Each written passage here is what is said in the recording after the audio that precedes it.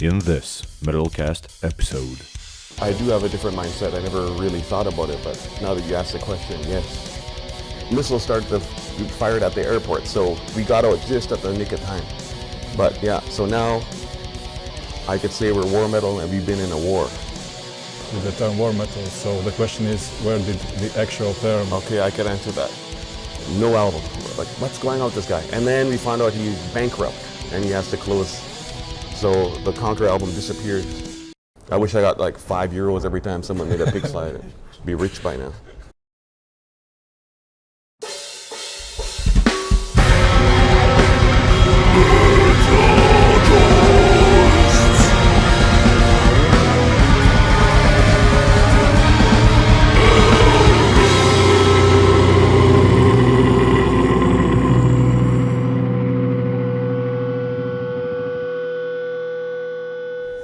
Greetings, troglodytes.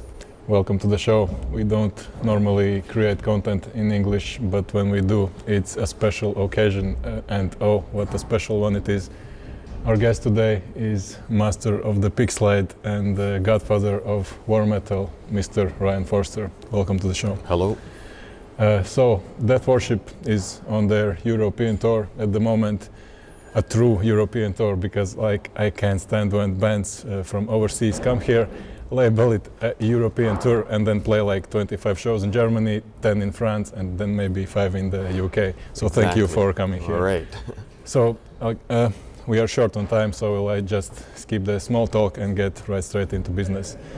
So war metal. I love that metalheads are kind of organized and a little bit nitpicky when it comes to organizing genres and subgenres, but sometimes that obviously creates a little bit of confusion. So war metal is a very slippery term. Some people like completely denounce it, say that it's not a thing. Some people say that it should be called bestial or bestial black metal, and some people like myself think that there is enough difference for it to be its own thing.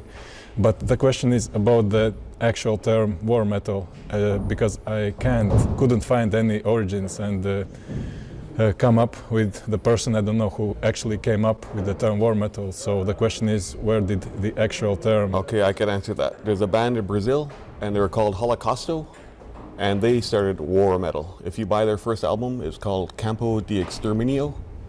And has like ex-member of Sarcophago, so they're really brutal, blast beat, Right. black metal, and they called their music war metal. So and I think it grew from there. But when Conqueror started, we didn't call it war metal. We just thought we were doing the next step. You know, like Bathory came out and it was Right. heavy and harsh, and then maybe like Napalm Death came out and it was heavy and harsher, and then we thought, okay, now let's take this to the next level. And so we were going for the war metal category.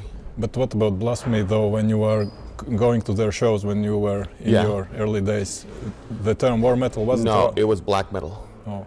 If you look at the old hoodies we had and everything, we had a saying in Blasphemy, black metal skinheads. Right. So it was black metal. We just thought that was the next level. Same thing. There's Venom, and then Bathory made it harder, and then other bands came and made it harder, and then Blasphemy made it very hard. Right. And So then when did the actual term like got... war metal? Yes. I'm not sure. I think internet age brought it. Sometime in the year 2000, I started to hear war metal. Okay. Once I got the internet up and running in my apartment. But And- before that, I only knew METΑΛΚΑΣΤS called himself war metal.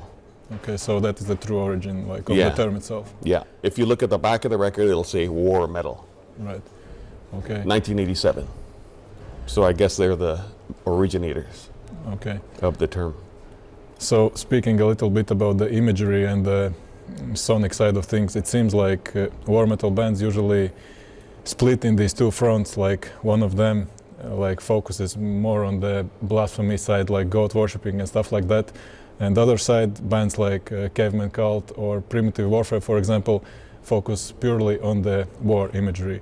Like, is one of these versions like for you the more pure version of the real war metal, or are they... No, not really. I think that you could do a wide range. Like in Death Worship, for example, I do both the war lyrics and also evil lyrics. So I guess it's a mix for me. I don't see there's a right way to do it. So there is no one superior form? No, I don't think so. Okay. So talking about your projects, and right now you are playing with Death Worship and Blasphemy here and there, right? So That's right. I would like to ask you about the different mindsets, or let's say even maybe different energy channeling that goes into the stage performance, like when you step on the stage with Blasphemy and Death Worship, for example. What are the main differences that True, go? yeah, in your I head? do have a different mindset. I never really thought about it, but now that you asked the question, yes, I do come up in Death Worship. I almost call it like a confrontation. I go up there and I'm ready to challenge the audience. We're going to show you how to be brutal. We're going to show you how metal should sound in this style. And then Blasphemy, I almost feel like I'm up there paying tribute almost to Right. the band. Like I'm up there as a fan. I've been a Blasphemy fan 10 years before I joined the band, or 8 years before I joined the band. So when I go up there, I feel like I'm doing a duty to the band. Like I'm feeling like I want to make sure that we're expressing the proper atmosphere. So yes, the music obviously is very hateful, nihilistic, and like where does this all, I don't know, anger and viewpoints came from to you, like in your early days? I think it's just when I was a young kid, I was already angry for some reason and hateful, and I think I just channeled it into the right thing, because if I didn't do it in this kind of music, maybe I'd be in jail or something, because I can't believe how angry I was, and I don't even know what at. Just overall, some people I think are just born angry, happy, dark. It's just the way it is. And yeah, I was born hateful and angry, and I just channeled it into my music instead of taking it out on other things. And has this anger and hatred like been consistent throughout your whole life? Yes, but I feel like I can control it better now. Now that I'm older, I see the world in a different way now. Now that I've been around a bit, and yeah, it's more under control, luckily. But when it's time, I could focus on the hatred and put it into the music. So yeah, even the name, like Death Worship. Yes, that was on purpose too. Of course, bands like, or names like Tormentor or Mutilator, all that was taken years ago. So you have to come up with something that still captures someone's attention and pushes limits. And I figured like Death Worship, of all the names that I had in mind, Death Worship stood out. I figured like that's something my mom would not want to see, Right. you know? It's something brutal and kind of offensive. People don't like to think about death. And then here we are worshiping death. And what about the death itself? Like, has your viewpoints on death changed throughout your life? Yeah, that's a hard question, because my brain, my logical thinking just says, you die, that's the end. It's turned to dust and that's that. But then things I've experienced, like visiting the Ross Bay Cemetery, and then you could feel some sort of presence. Wow. And then, so then you get to thinking maybe there is more to this than just death. Maybe there is something beyond. Because walking through this cemetery at night, and I got like feelings like, I'll tell you a quick story. It was a cold night, the first night I went to Ross Bay Cemetery. Totally cold, just like it is right now outside. Walked into the cemetery and I felt warm winds as soon as I crossed the threshold into the cemetery grounds. And so that's when I started to think, okay, maybe it's not just blackness at the end, maybe it's something else. So it's a question no one can answer. Right. Have you used some consciousness altering substances maybe that have changed your perspective? No, I'll drink a beer here and there, but I barely alter my consciousness. I like to stay straight and focused. I kind of got goosebumps when you mentioned that Ross Bay Cemetery story, because I actually wanted to ask you whether you believe that places actually hold memories and some kind of energy, and you already answered that you can physically feel it. When I was reading like about the Ross Bay Cemetery. There's been stories. Blasphemy is attracted to the Ross Bay Cemetery because of stories from the 1970s. Apparently there's a satanic cult and they do their rituals underneath the cemetery. There's supposed to be some chambers. And I even wrote a song called Evocation Chamber about it. And someone wrote a book called Michelle Remembers. And it's about a book about satanic ritual abuse in the Ross Bay Cemetery. And throughout the years, there's been all sorts of grave desecrations and rituals. In fact, Blasphemy interrupted a ritual once. They came into the cemetery before I joined the band. And there was a cemetery going on,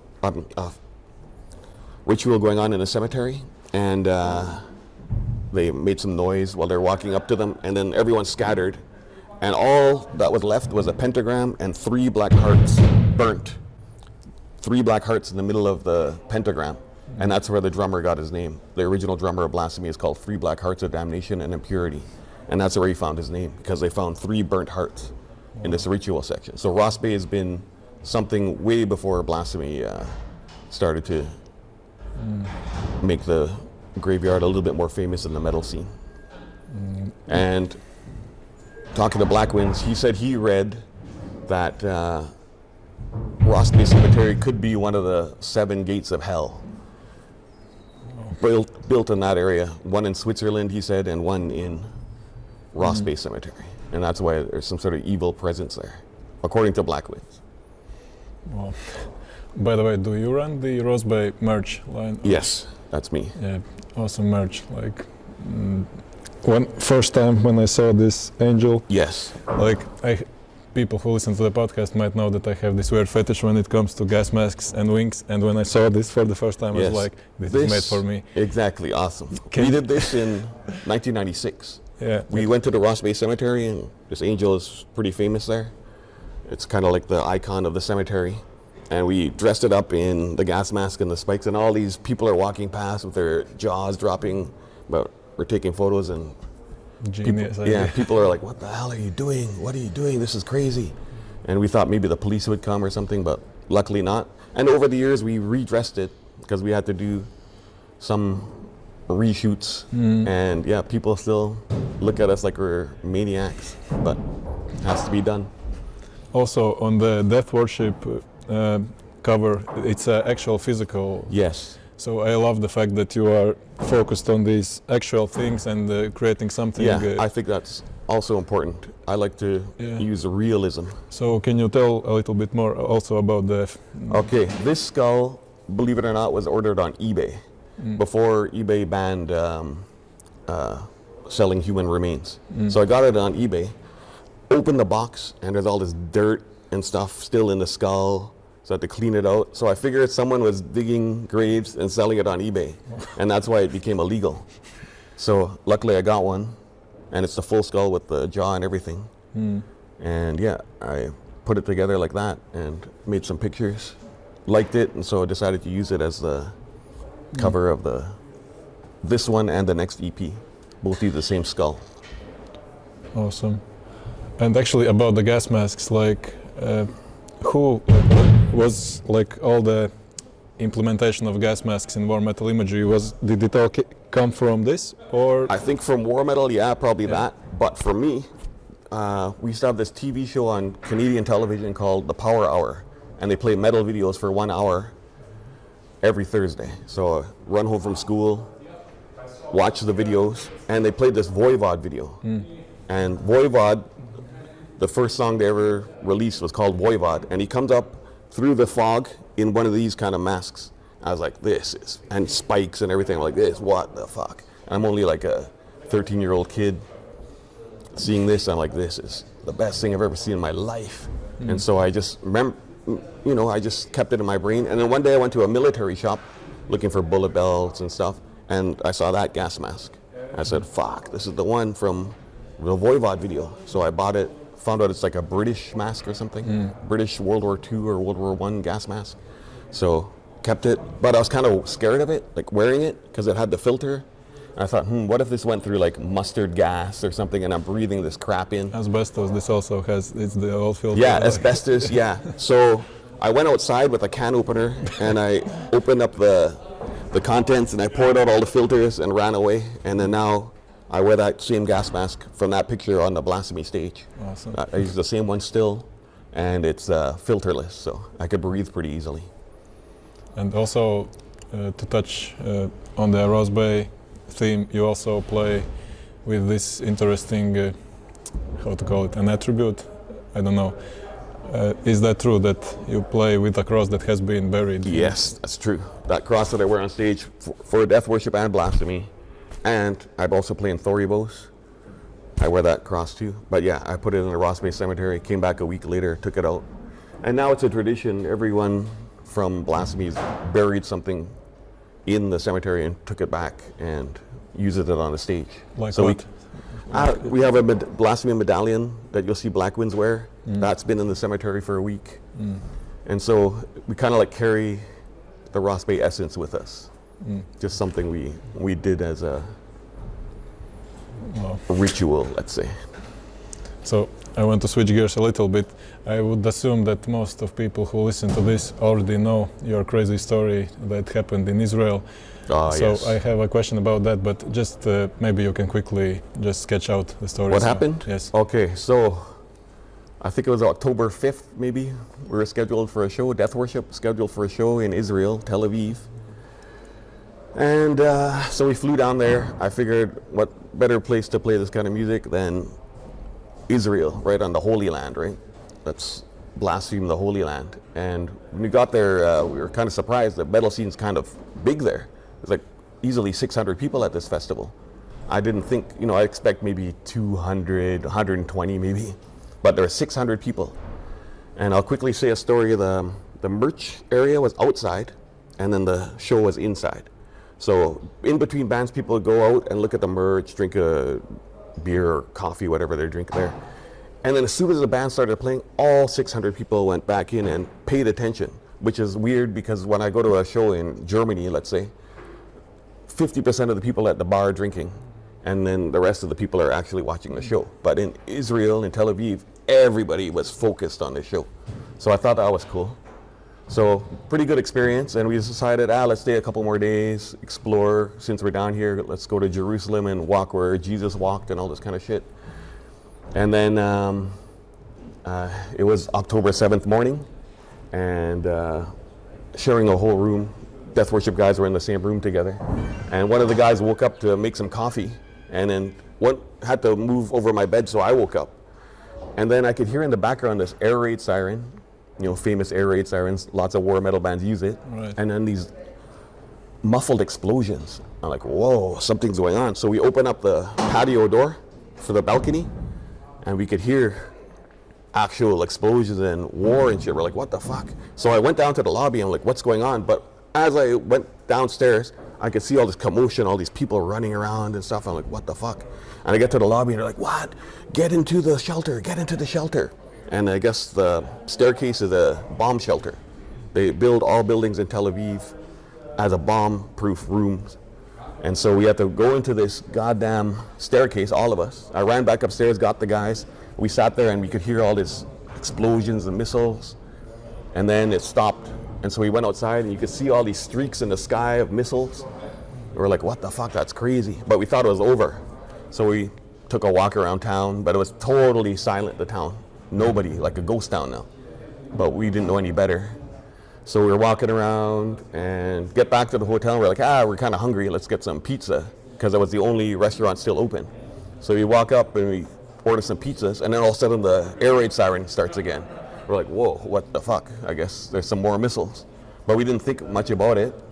And we asked the cook of the pizzas. We said, hey, the air raid siren. He's like, don't worry about it. And as soon as he said that, this missile hits not even 200 meters away from us and destroys a whole building, and all this glass shattered all around us, and you could smell gunpowder, explosives, and we're like, what the fuck? So we all ran into the kitchen and hid in the storage room and waited for the air raid siren to stop. And then we ran back to the hotel, and then we had to spend the night in a bomb shelter, sleep in the bomb shelter. And then they shipped us to the airport early in the morning. No, not even. We had to wait, actually, a few hours, sorry. we woke up early in the morning because we couldn't sleep in this bomb shelter. And so we had to wait a few hours, and we got driven to the hotel, to the airport from the hotel about 8 hours early. And we just sat at the airport, and then we could see all those flights on the screen, canceled, canceled, canceled, canceled. We're like, damn, we're stuck. But then our airline pilots, I guess, that fly for the Israeli airlines, they're all military trained, and they have anti-missile flares on the airplane. So they're not scared to fly in a war. So they got us out of there, luckily. And we landed back in Germany, and we looked at the news to see what the hell is going on. And as soon as we left the airport, missiles started to be fired at the airport. So we got out just at the nick of time.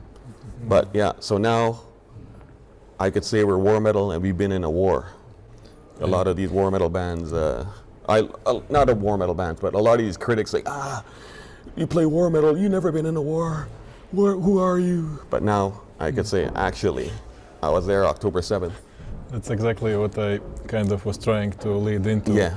Like during the moments when you are in the bomb shelter and when you are hearing these sounds, like, do you kind of reflect on like the whole concept of war metal? No, you know, what I only thought about is getting the rest of the death worship out of that country. I was like, fuck man, I brought these guys down, they joined my band, and now they're trapped in these missiles getting dropped on them. I said, the only thing I wanted was those guys out of the country. Well, okay. I figured if I got killed in a war, then I'm the fucking martyr of war metal forever. No, it was a stupid question. Like, it obviously it didn't scare me. Not at the time when you're hearing the sirens and the missiles, but like when you are flying back home, like then maybe do you start to think about like actually, like you said, most of war metal bands probably have no relation to actual war, and like it's just like a concept that it's like somewhere out there. But when things actually get real and you feel like, okay, this might end here, like maybe that will somehow influence your, I don't know, lyrics going from now on or something like that. Yeah, I could say, yeah, it was an experience for sure. To say, I could put it into the music too. I'll remember that for the rest of my life. Right. You could see from our hotel, one of the other guitar player of Death Worship has this picture that he took before the war, just because he's like the balcony, I'll take a picture. And then he took another one after, while we got our suitcases and stuff, and you can see all the destroyed building. So, in this context, what about text, your song text, where you invite for destruction, for killing? Yeah. What remains after this dehumanization, after this destruction, after killing? What remains? Yeah. Well, hopefully the Superion remains, but we'll see. For me, I talk about it, but you know, Stephen King, let's say, writes horror books, but he's not going out and killing people. So I also write about death and destruction, but I don't really call for it. I can't say that I can't choose who could live or die. I'm not the judge of that. So another one. Is evil only destructive, or it can be also creative? It's creation too. In fact, one of the songs I have is destruction, is purification, is regeneration. So when you destroy, you also rebirth. It's like the Ouroboros on the cover of, right here, the Ouroboros, the snake eating itself, destruction and creation, over and over. That's the way we look at it. So yeah, I look at destruction as a positive thing too. Actually, if we started speaking about this, I mean, there is probably not a single question about Conqueror that has not been asked yet, but I will try anyway. So there has been this one thing that has been puzzling my mind ever since I heard it for the first time. I'm speaking about the first song of the World Cult Supremacy called Infinite Majesty. Yes. There are these cool sounds at one point in the song. I have been trying to recreate them, those sounds myself, but I think I know what you're talking about. Like these sort of pitch shifted yeah, slides, okay. Or no, it's vocals. Right. We put just so that people play it close to your microphone. Yeah.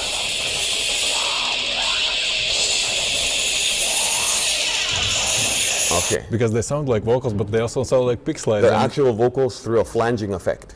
Okay.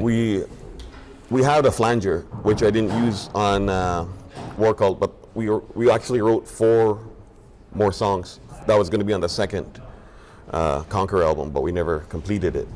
And one of them used this flanger effect, which now I use in Death Worship as Mass Murder Majesty. So I took that idea from Conqueror, but we plugged the microphone into it, Yeah. and then we just said dust, and it goes. Very cool and unique. yeah. Like, It's just Awesome. we experimented.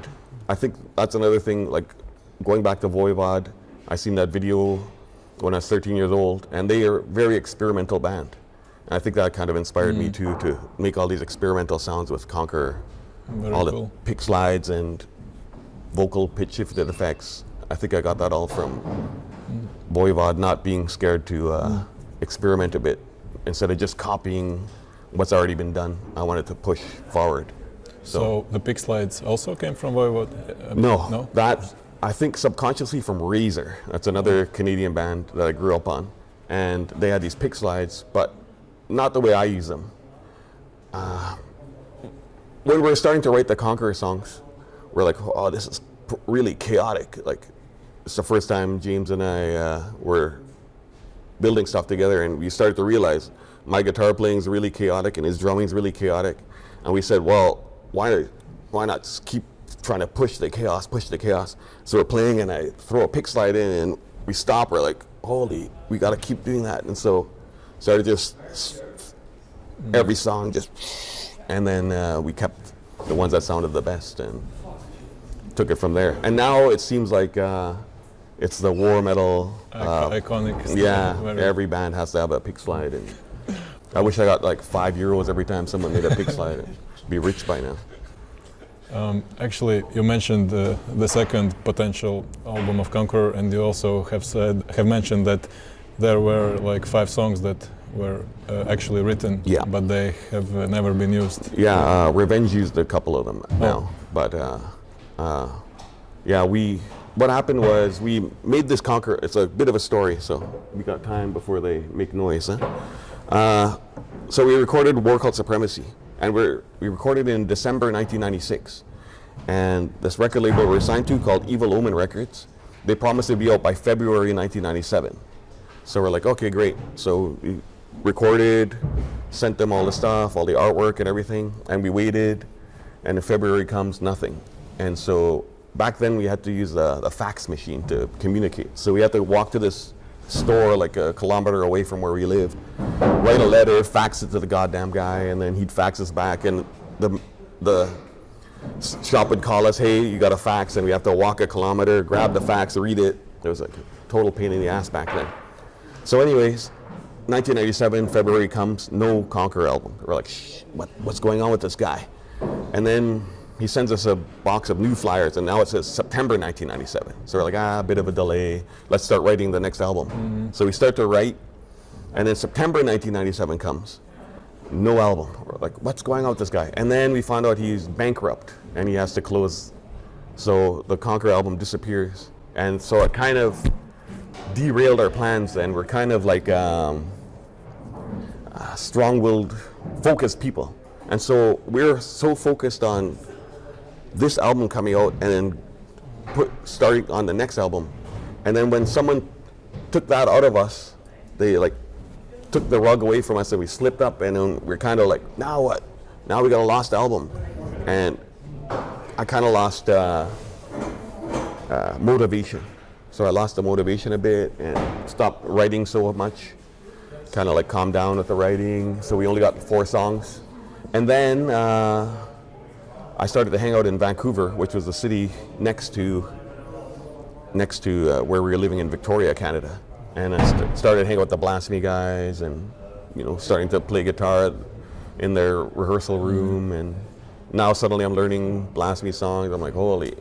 And then suddenly like, hey, we got to restart Blasphemy. And so we restarted Blasphemy, and then kind of lost interest in Conqueror and decided to move to Vancouver. And I thought maybe James had moved to Vancouver too, but he wanted to move to a different city. So it came to a point where I had to choose Do I want to move to Vancouver, which was something new and fresh to me, or move back to the old city that we grew up in? I'm like, I'm going to try something new. So moved to Vancouver, joined Blasphemy full time, and Conqueror was gone. Yeah.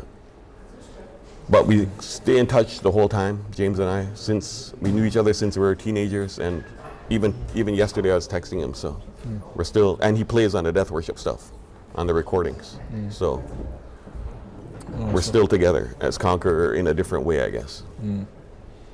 Sometimes it's like crazy when I watch these old VHS tapes from my childhood, like 1995, 1996, and like you see how people look like what's on the television, and like to know that somewhere else on the planet, like already this kind of music is being played, like it's sort of like I can't comprehend it. Back then it was truly underground. Do you think that the shock value of music has been kind of lost nowadays? Yes, definitely. Shock for everything. Now you could, before, like, even if a woman showed like this much of her boob on TV, everyone would be going crazy. Now you got full out pornography on TV.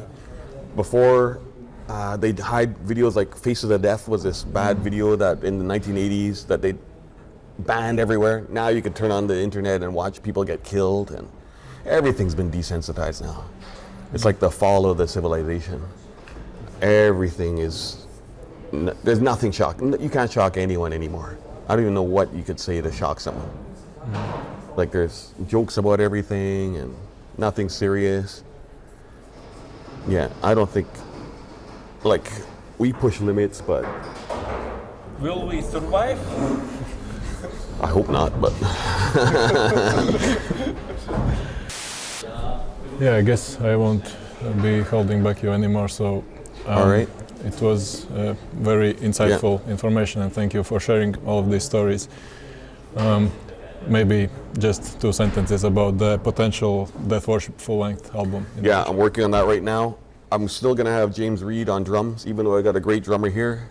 Hard to say no to the best drummer of this style, so James should be on the next Death Worship, and I'm writing all set of new songs, hopefully a full-length album. And then I also have a website that I could say, it's Ross Bay Cult Eternal. It's a Big Cartel site, so rossbayculteternal.bigcartel.com, and I sell all sorts of Ross Bay related stuff in case you're looking at. There's so many bootlegs out there, we're trying to get a grip on it. That's another thing too I'll quickly bring up. People are crying about the Fallen Angel of Doom getting repressed over and over by our record label. Everyone, it's almost become a joke now somehow. Nuclear War Now Productions. Yeah, Nuclear War Now Productions. He keeps repressing it. But there was a time between maybe 1996 to 2006 where it was getting bootlegged to death.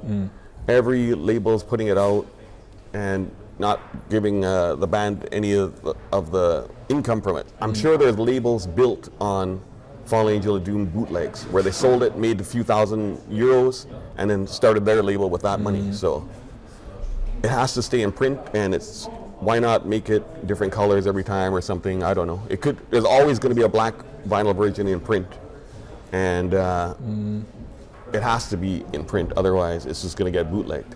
There are some really cool, unique ones like those camo ones he did and Rising Sun. Very cool. Exactly. Like shout out to that guy from Yosuke. Yusuke, yeah. Like such strong guy. Have you seen his videos? Like doing million dips with like 100 kilograms. Like shout out to him, Yeah, definitely. But awesome. Yeah, it has to stay in print. Otherwise, there's bootlegs.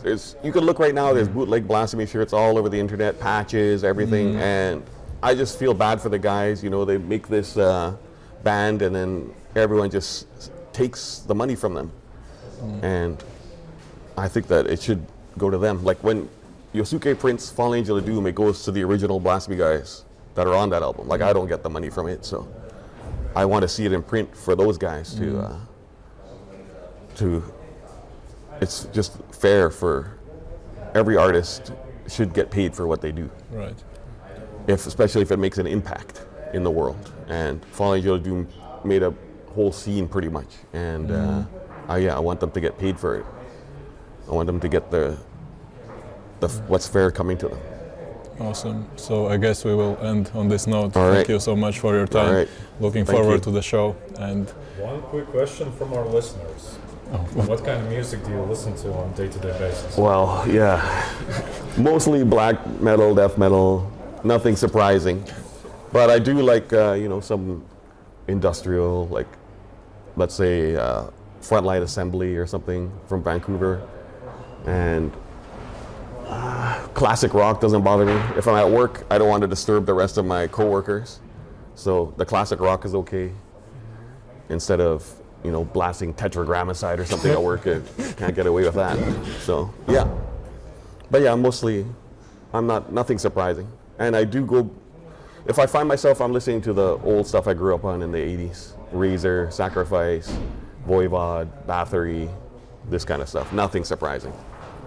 Nostalgia is a drug. I'm excited about the scene here. Thank you so I've never much. I've never been here before, so. oh, and maybe a picture if that's not too Yeah, much. of course. Yeah, Picture time. we have a camera here. Let's do the usual one first, right? Then together, maybe.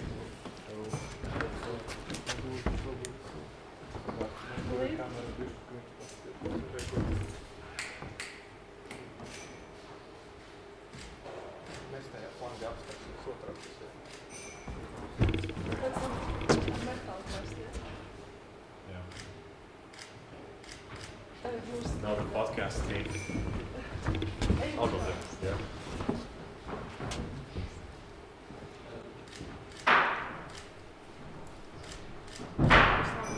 Awesome, man. Okay, Great time. looking forward to the show, man. Yes, Thank you. yes, It was we'll kill it tonight. honor meeting you, and thank you for all of Thank the you. Cool aggressive questions. music. Thank you. Nice to meet you. All right. Honor. Cool. That was great. Okay, thank you. Thank you.